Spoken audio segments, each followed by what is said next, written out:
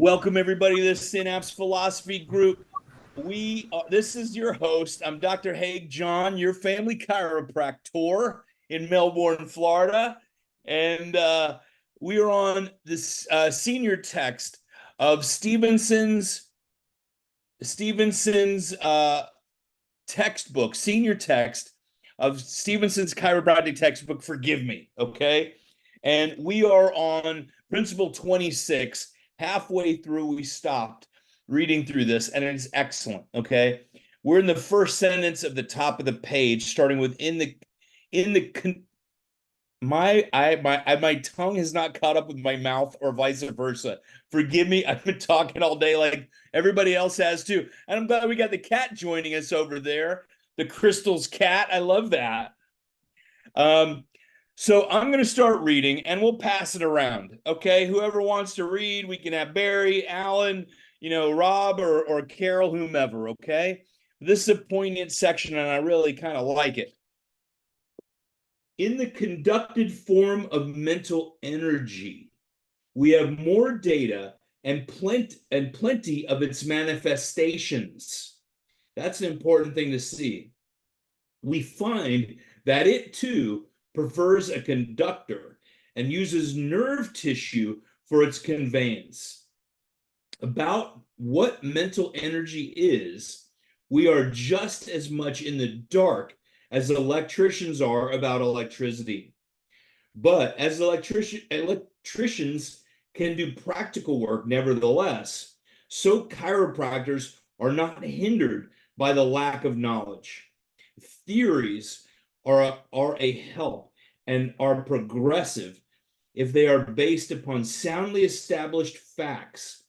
And as the electrician bases his practical work upon theory, so can the chiropractor. Oh, we've got Shargale coming.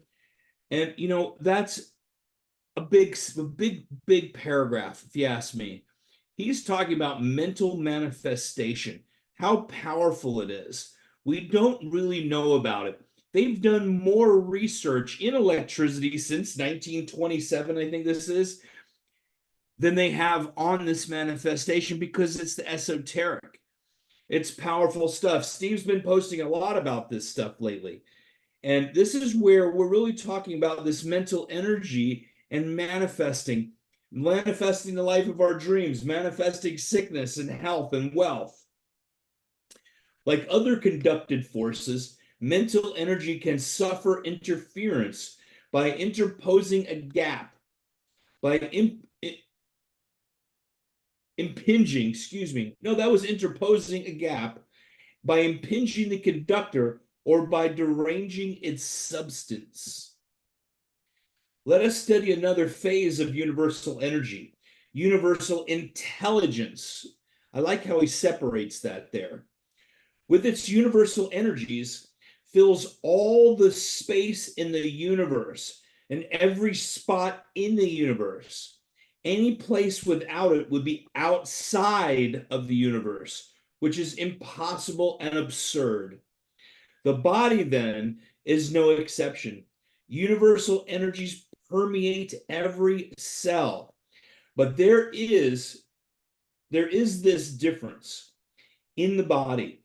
Normally, innate keeps these forces all balanced, controlled, adapted to her use at all times, every moment.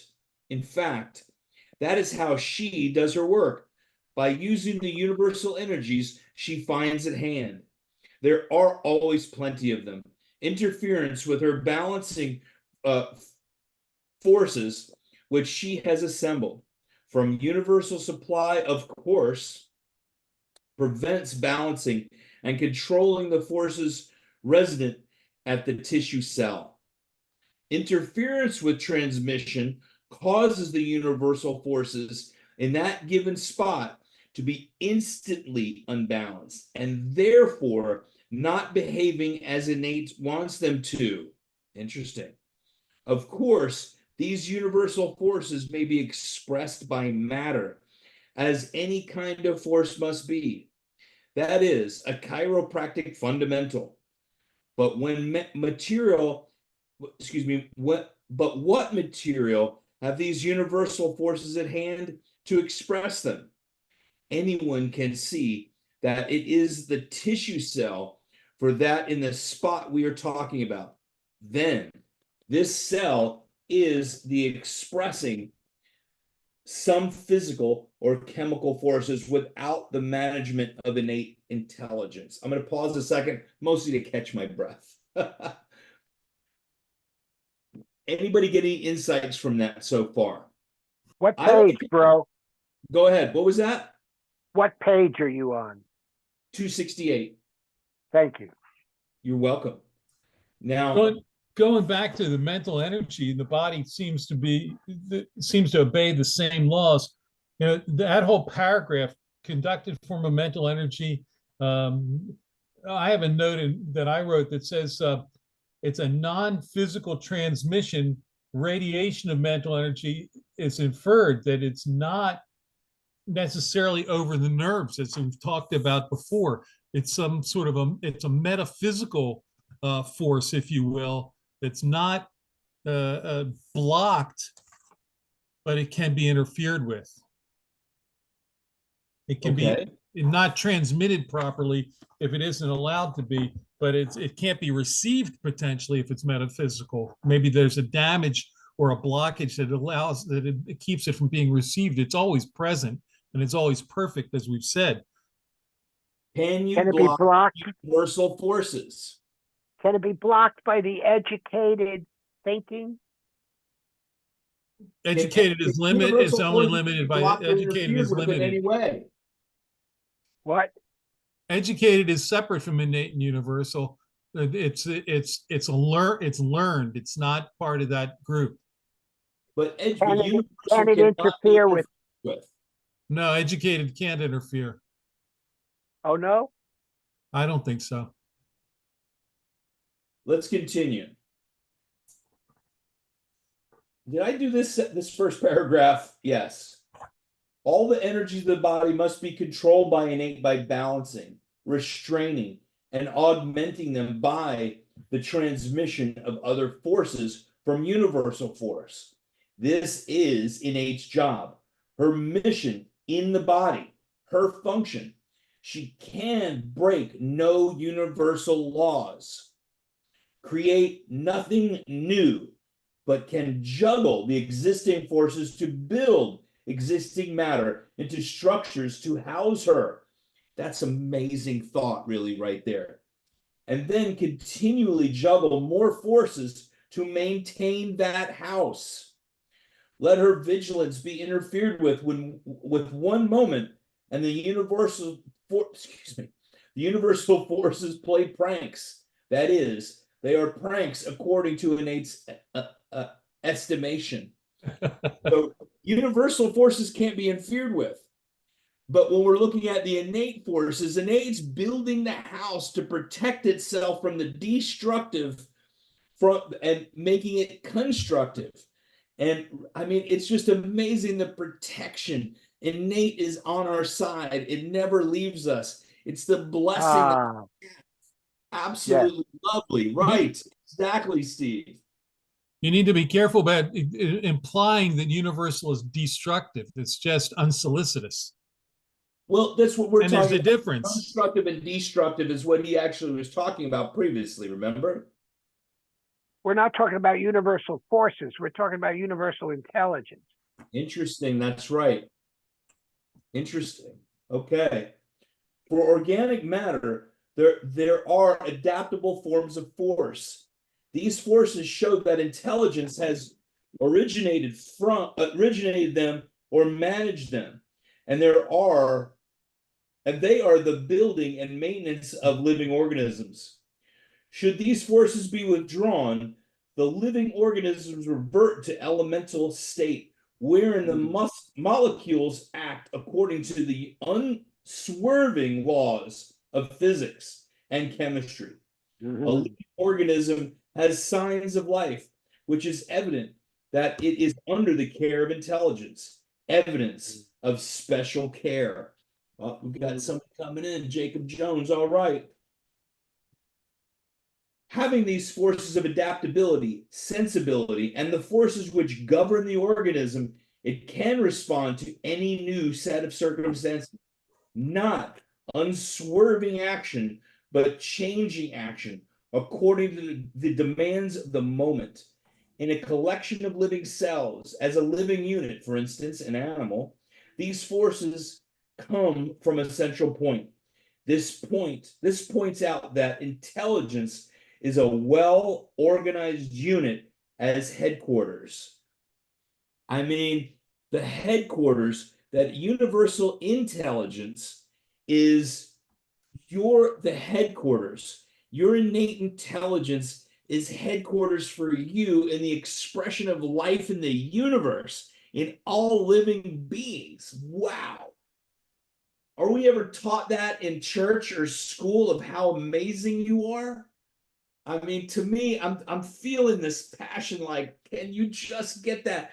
Students, you're gonna graduate. Get that to your people of how amazing they are. I mean, that's the passion I get from Stephenson right now.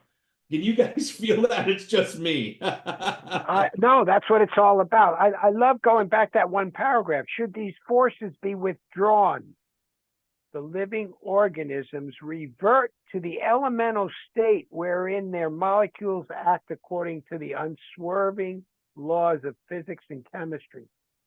There is that universal forces, just going out of organization when the innate intelligence leaves the organic matter. It kind of devolves. It doesn't evolve and improve and adapt. It goes back to the way it originated, right? Yeah. I think it's like it goes back in evolution, maybe.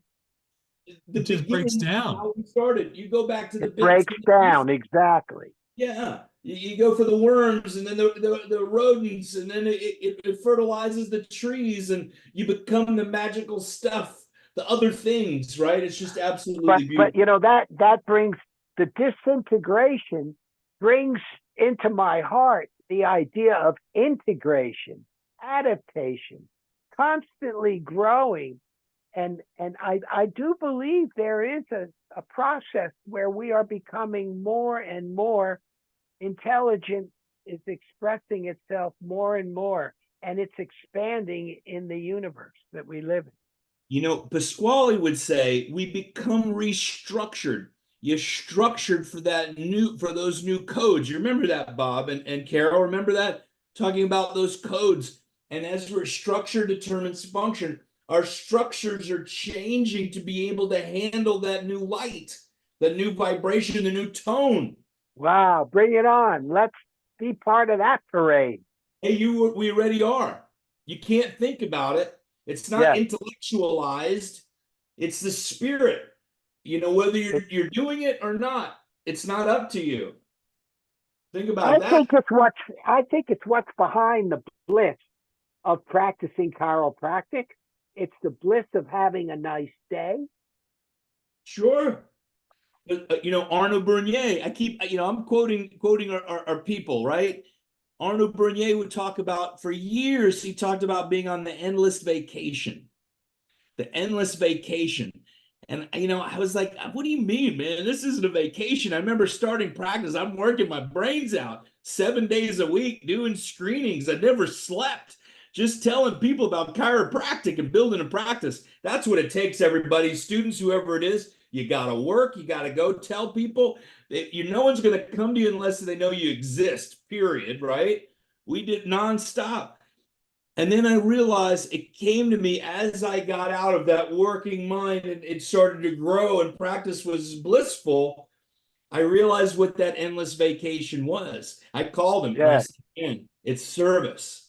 It's service, isn't it? He said, yep, you got it, Haig, man. Love you. That was it. And serving the people. And I've used to ask pastors, I've asked rabbis, how do you stay in prayer? And every time the same thing, we've talked about this before, is being in service. That's it. Right? Yeah, time you know, time every flies by when patient. you're serving other people and those other souls. You know, this last sentence here, a living organism has signs of life, which is evidence that it is under the care of intelligence, evidence of special care. And D.D. Palmer, a few months ago when we were reading, was talking about the higher the order of intelligence, the higher the order of matter. And this relates to what you're talking about with Sarasoli and others about our wisdom and our knowledge. And now we have this thing called, quote, artificial intelligence, which is going to affect our educated intelligence that we've created. So we're restructuring our species all the time. And to go back to this excitement of this thing called chiropractic is, you know, the first paragraph we talked about, this is the separation of the tangible and intangible. And this is where Dede, the scientist, he carried these vertebrae of these animals around with him and had these collections and worked on humans and was in magnetic healing. And all of a sudden, aha, put it together that the intangible is connected through the tangible, the spine, through the adjustment. And what he realized was that intelligence is conveyed over the nervous system. And here we are finally, for the first time ever in humanity, able to connect the intangible to the tangible, because there's always the intangibles. There's always the churches, the beliefs. Yet we know the intangibles, just like electricity and just like our beliefs, they're real. When you really believe in them, they're real. And they'll show up and you can smell them and taste them and all that. And here it is, finally connecting this. Just like an electrician. We can study it, we can study the effects of. Same thing with the innate intelligence. Fantastic. Absolutely well said. I'm going to continue the rest of this and look at the rest of this amazement from Stephenson. If we use the hypothesis that mental impulses are energies, then it must be a very carefully composed unit of energy, prepared, created by innate in order to impel the cell to proper action, which must be coordinative. Mere action is not sufficient. That would be a stimulation. It must be right action in quantity, quality, direction, and time. We might conceive of a mental impulse as being composed of certain kinds of physical energies in proper proportion, which will balance other such forces in tissue cell as electricity, valency, magnetism, cohesion, etc. Perhaps some of these energies are not known to us in physics. What right have we to assume that we have found all them? The writer presents this as a hypothesis or theory in order to get a working basis. In other places in this book, other theories for the same thing have been offered for the same purpose. Now, he's also saying, we're not done. This isn't written in stone. We're still in hypothesis. This is a growing, living animal that we have to digest. And it's not this and that. It's not all logic, this and that, and then we're done. We're growing, and he just said, we are growing and expanding in many different ways. Don't get stuck. And I love how he said in the beginning of this, look at it as a child. You're always seeing it with new eyes. It's a blessing. Anybody else? Yeah, I want to say, what right have we to assume that we have found them all? I have heard it said that we have cracked the genetic code, as if the periodic table, there's new elements being created. The genetic code, we have in our bodies DNA that would stretch out from the sun to Pluto and back. You know how much information is in our bodies, or accessible to even not, I don't even want to call it our bodies, but to be able to just go, well, we don't know it all, but to know that it's infinite potential in this life as human beings. What I would like to see, to put a DNA strand in that, the CERN collider. I want to see what happens when they do it with that. Not just two atoms. I like to see that break apart.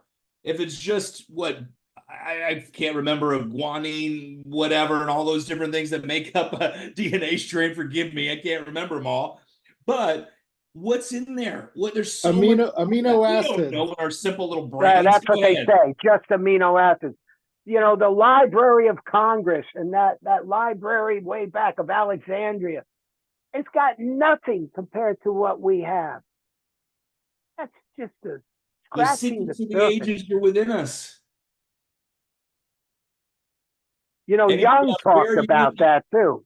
Carl Who? Jung talked about the collective unconscious. Oh yeah. There are, yeah. Who's BJ talked about getting that voice, listen to it because it comes from up high or wherever. Are we ready for number 27 yet? Or anybody? Barry, you unmuted. No, go ahead. I'm starting the normality of innate intelligence. To me, this is what we just talked about was the amazement of innate intelligence, right? The normality of innate intelligence, principle number 27. I don't think people talk about this one enough, okay? Innate intelligence is always normal, and its function is always normal. We're bringing people with an adjustment back to normal. This is just normal. You're meant to be working efficiently. Innate's on the job. We're bringing people back to normal. It's not magic. We're not bringing whatever it is. We're just getting you back to a state of perfection that you were intended to be in with an expression of innate intelligence. I think that's one of those amazement principles. Here's the mind shift right there for patients right away to get patients 101. When it's normal, we don't think anything about it as a living human being until something starts to break down. We get a symptom. Then we're like, what's wrong? What's wrong? We need to think about how perfect it's been until that happened. Let's continue this innate intelligence expressing itself. Don't wait until it's wrong. Keep it going. It's 100% perfect. Normality is the miraculous. Normality is miraculous. Can you imagine just being normal? It being everything's working the way it's meant to be in divine perfection, not too much, not too little, but absolute perfection is how we were created. It's what's happening in mommy when everything's going perfectly. We have this beautiful, amazing notochord forming, and then all the beautiful organs budding off of that.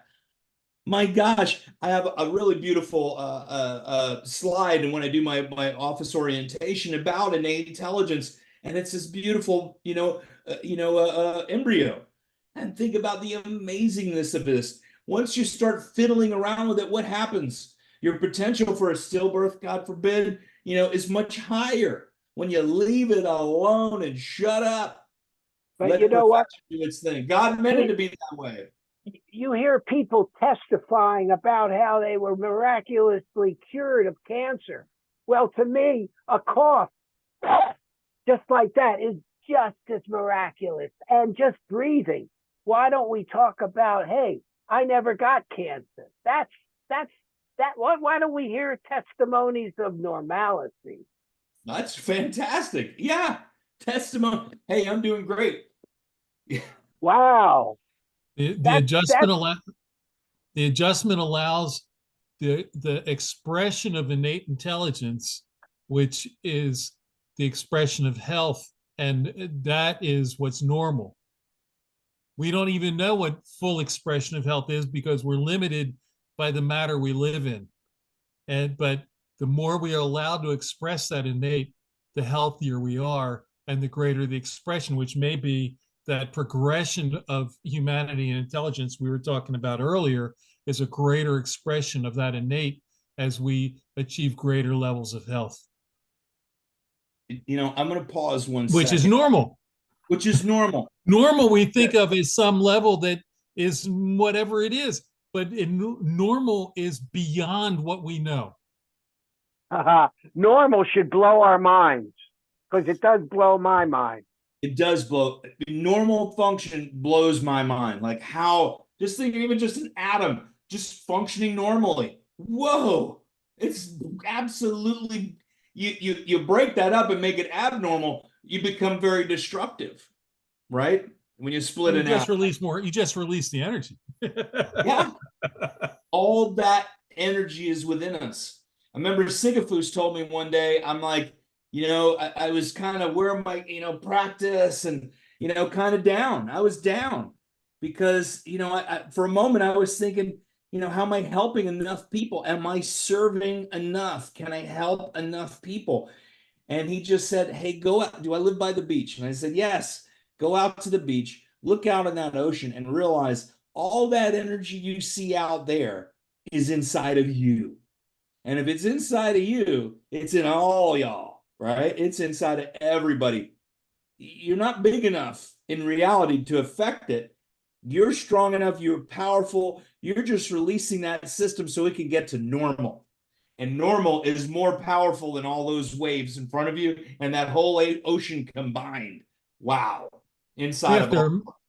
to you have to be careful when you say that breaking the atom releases destructive energy. It's just energy. I mean, when we break down the atom in a reactor and then turn it into electricity that we want to use, or we use the power of the waves to create energy that we can use as electricity and transpose it from one form of energy to another. And that's just it's not destructive except when we perceive it as destructive. Well, that atom still continues to be destructive, though, for a very long period of time. Man was not meant to split the atom. I'm going to say that right now out loud. I don't think man was meant to split the atom. Okay. I think that is meant to be together. And now it's created a very destructive force. Anyway, that's my own political It's view. used as a destructive politics. force. It's Pardon? used as destructive. Correct. Correct. All right. Can you imagine?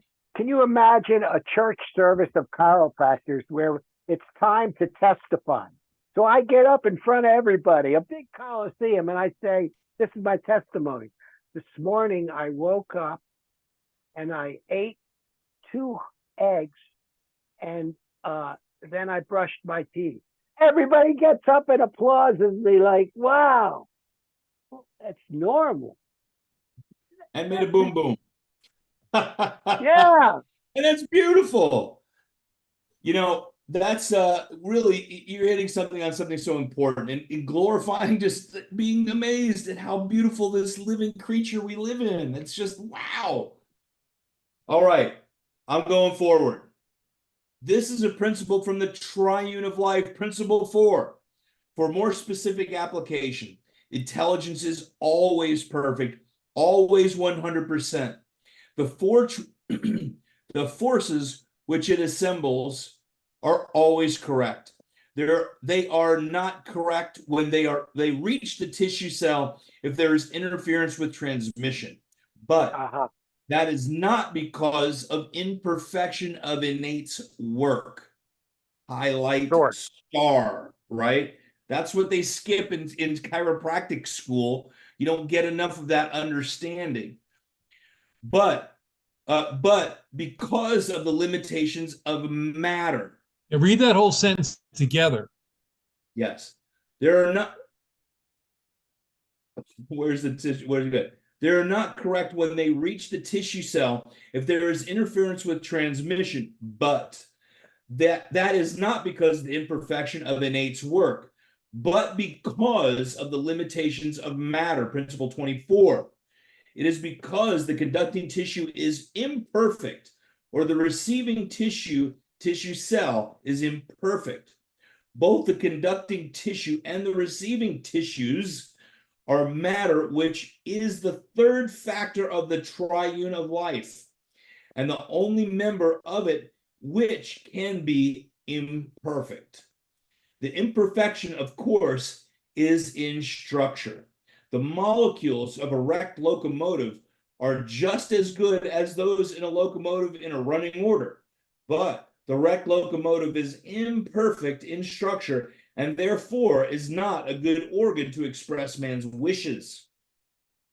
Here again, we see embodied in the principle local and condition.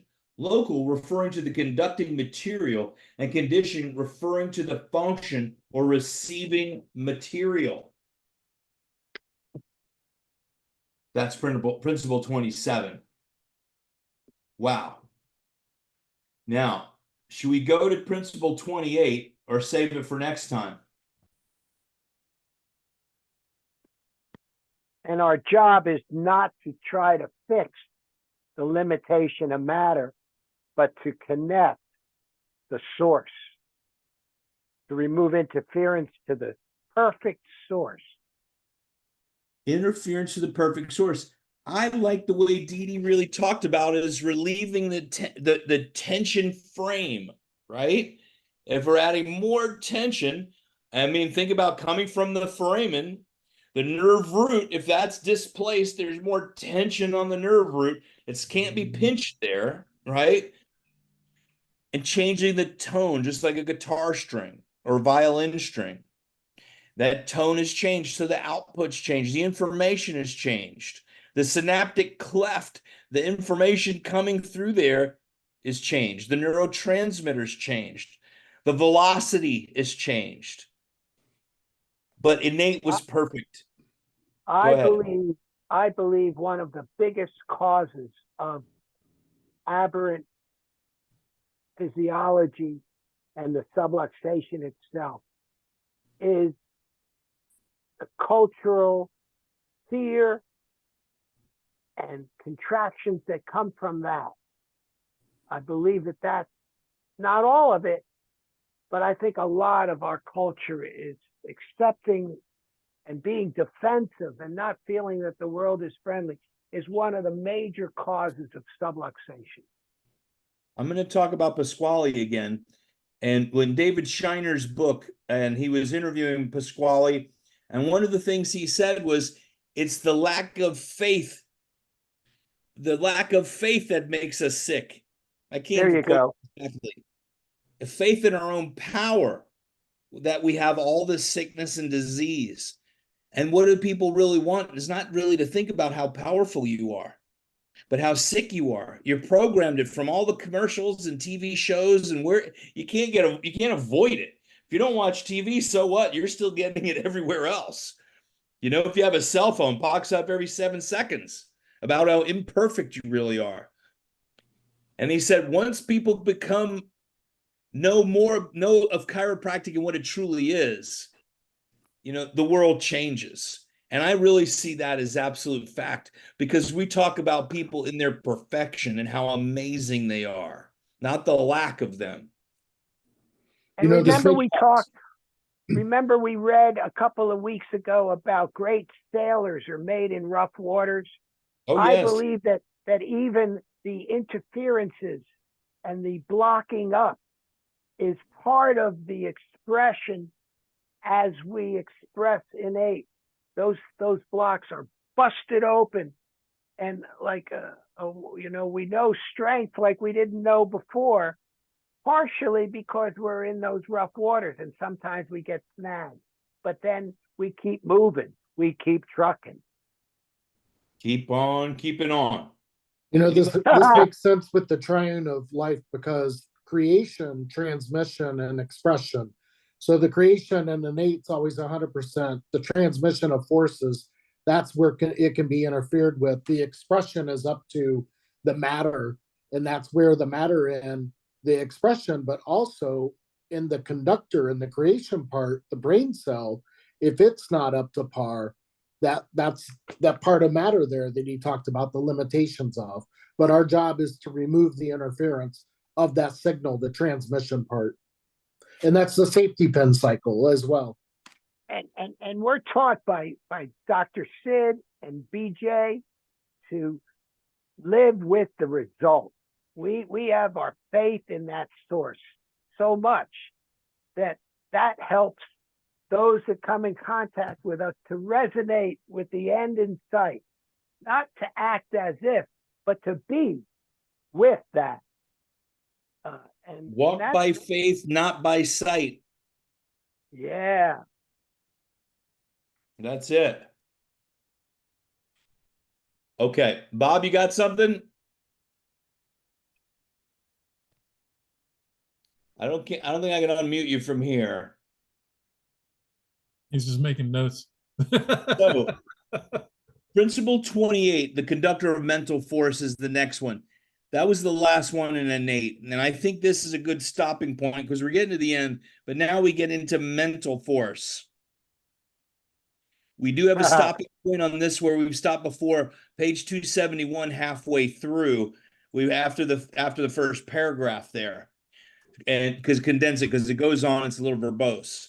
But I think we should hold principle 28 till next week. And let her rip Go ahead, till Bob. next week.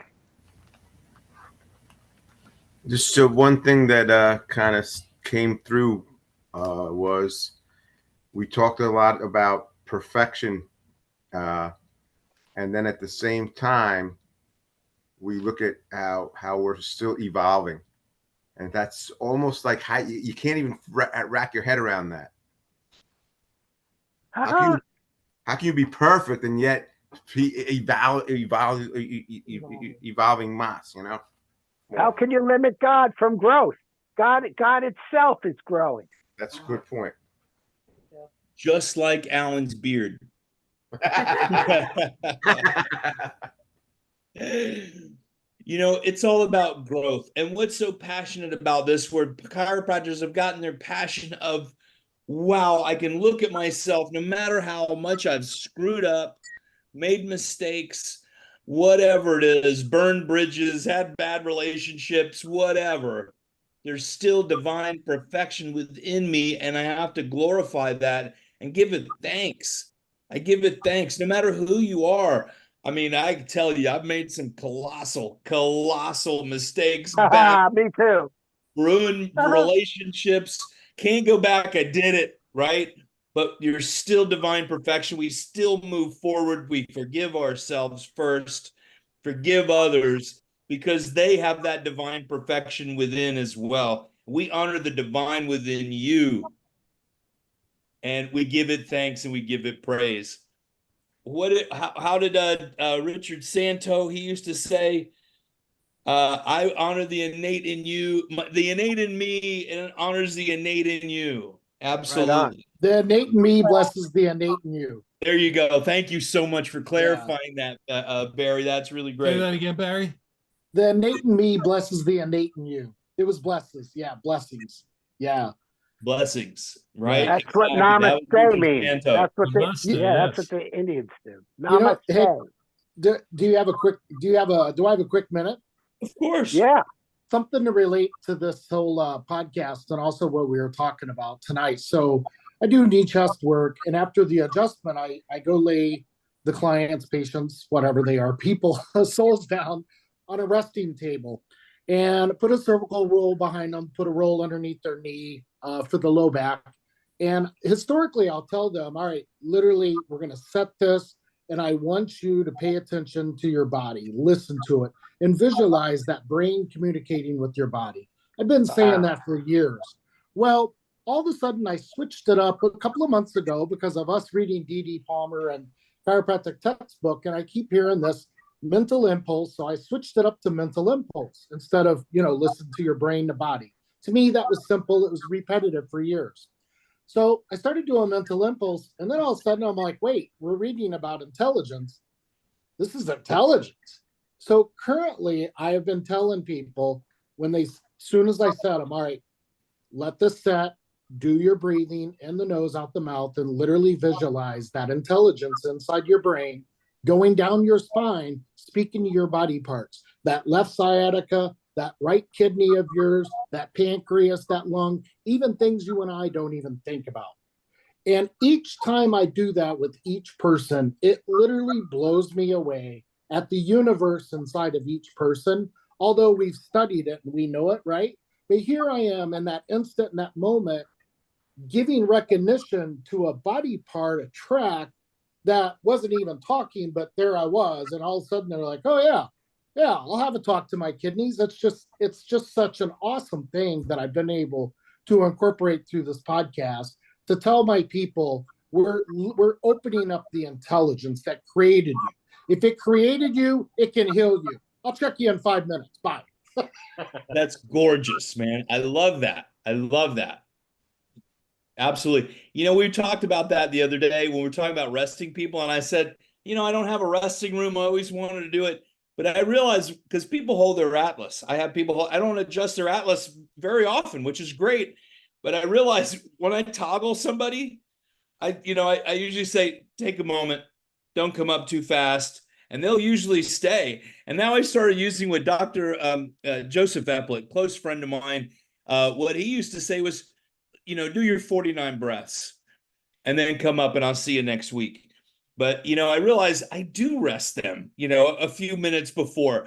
And so I want to go back on that and how really important it is. But it's when I adjust the atlas usually only.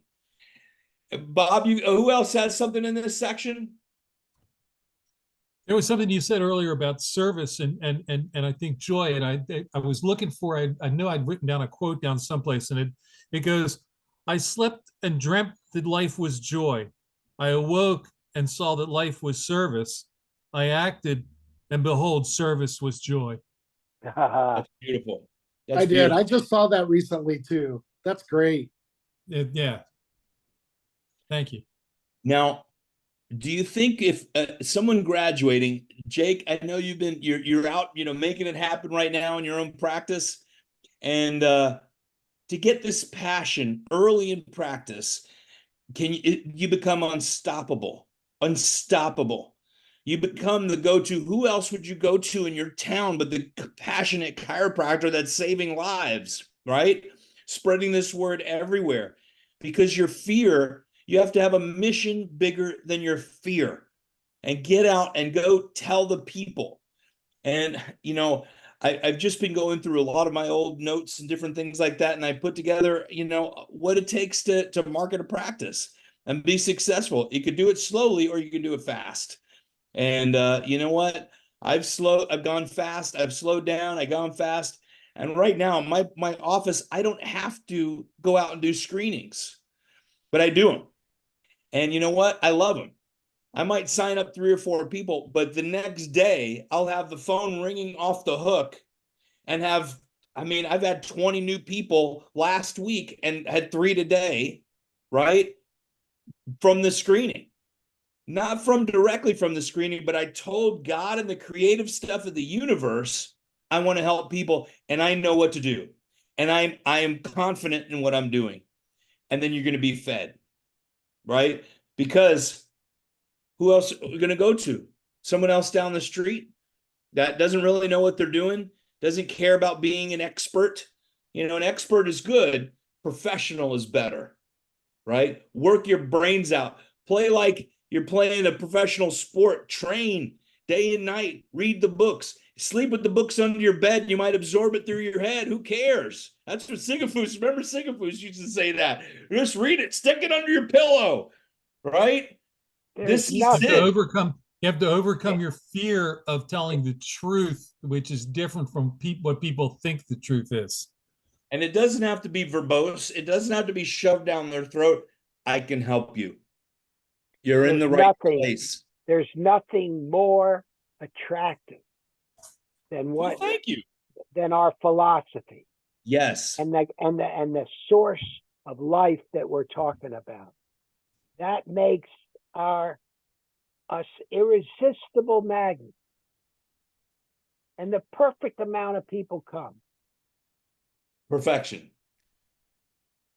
Nothing Well, more ladies attractive. and gentlemen, we have come to the point to pause. Okay?